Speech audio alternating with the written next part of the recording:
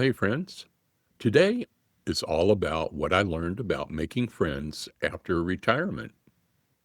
Now, when I started asking people what surprised them the most about retirement, I actually expected to hear about money or free time or maybe missing the routine. However, to my surprise, almost nobody said that. What they told me was over and over about making friends as a retiree was so much harder than they ever expected.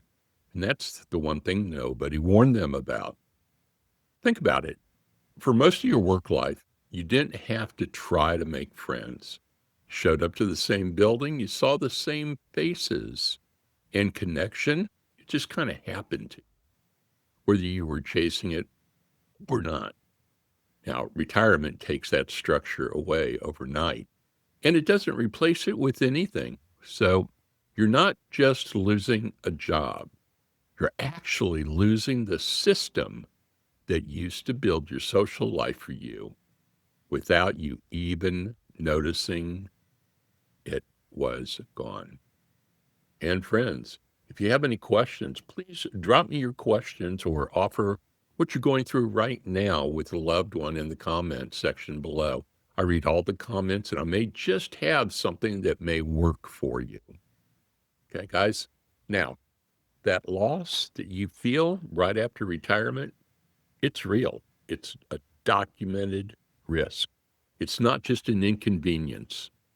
Older adults are way more likely to face isolation because of this exact pattern, losing daily contact with your coworkers and the natural loss of friends and family that comes with getting older. Now, every one of those factors stacks up right at the moment you retire. And the National Institute on Aging found convincing evidence that staying socially active is one of the most protective things you can do for your brain as you age. So, this isn't a nice to have. It's one of the most important habits that you can ever build in this chapter of your life. And it's also one of the hardest because for the first time in decades, nobody's building it for you. Here's a number that might genuinely change how you think about this. Dr. Jeffrey Hall, a communications researcher at the University of Kansas, studied exactly how long it takes to build a real friendship. Now, his research found it takes about 50 hours of time together to move from a stranger to a casual friend. Now, roughly 90 hours to become an actual friend, and well over 200 hours before someone becomes a close friend. Guys, that's not a weekend. That's not even a month of occasional coffees. That's regular, repeated time, which tells you something important. If a new friendship feels slow or awkward at first, that's not a sign that it's failing. That's simply what the real math of friendship looks like for absolutely everyone. So here's what actually worked based on what I've learned from people further down this road than myself. The friendships that stick around after retirement almost never come from waiting for someone to reach out first. They actually came from showing up to the same place regularly on purpose, like a class or a walking group or a volunteer shift, a standing coffee date, or until something familiar turns into a friendship. Now, it's slower than workplace friendships, but guys, it is just as real once when it forms. It's exactly why the venue matters more than any single conversation. One great conversation with a stranger rarely turns into a friendship on its own, but a plain, ordinary conversation you have every single week at the exact same class or group adds up to real hours together over time. And real hours, not clever conversation. are what actually build the relationship. Now, give any new connection at least a few months of constant, repeated contact before you decide whether it's going to go anywhere or not.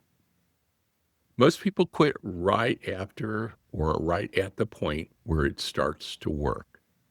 Now, the U.S. Surgeon General's 2023 advisory actually called this out, describing loneliness and disconnection as a national health issue serious enough to need the same kind of deliberate investments we put into things, just like tobacco and addiction. Yep, it's that bad. Now, that's a strong statement, guys. And it tells you that this isn't personally failing if you're struggling with it. It's a structured gap retirement creates for almost everyone, and it takes deliberate effort to close. Now, here's the part I didn't expect. The second friendship is so much easier than the first one. Once you build one real friend, a real friend, repeatable connections, they tend to open doors to others. Maybe a friend introduces you to their group, their class, their inner circle.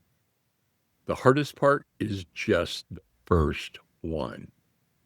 Everything after gets easier. Now, I know the real timeline isn't the instant fix most of us wanted to hear, but knowing it changes how you actually show up. You stop expecting the first coffee to feel like an old friend, and you start showing up on the second one and the third one because you understand genuinely how this works for everyone at any age, not just for you. This is exactly why one of my 3 daily habits is a social action, not a big goal, be more social. Okay? One specific, repeatable action each day. A call, a visit, a class, something small that actually happens instead of saying a good intention. If you're retired and you feel like the friendships just aren't happening the way that they used to, guys, I want you to hear this clearly. It is not you. It's the structure retirement took away from you. But it is rebuildable on purpose, starting with one small, repeatable choice. All right, my friends, if this sounds like something a loved one's going through, or maybe you're going through, considering sharing this video with them so that you all are on the exact same page. Now, if you enjoyed this video, please consider subscribing to our newsletter for more tips and information about this and other important topics. The link is in the newsletter and the description below. And if you always wanted to start a bucket list, guys, one that you will actually use. We used our bucket list to take our family on a cruise. It was wonderful. We really enjoyed it. And I don't think if I didn't have a bucket list, I'm not very sure that we would have actually gone on that cruise. So take a watch at this one and see if it doesn't change your mind about bucket list. All right, my friends, take care, and I'm going to see you in the next video. Bye for now.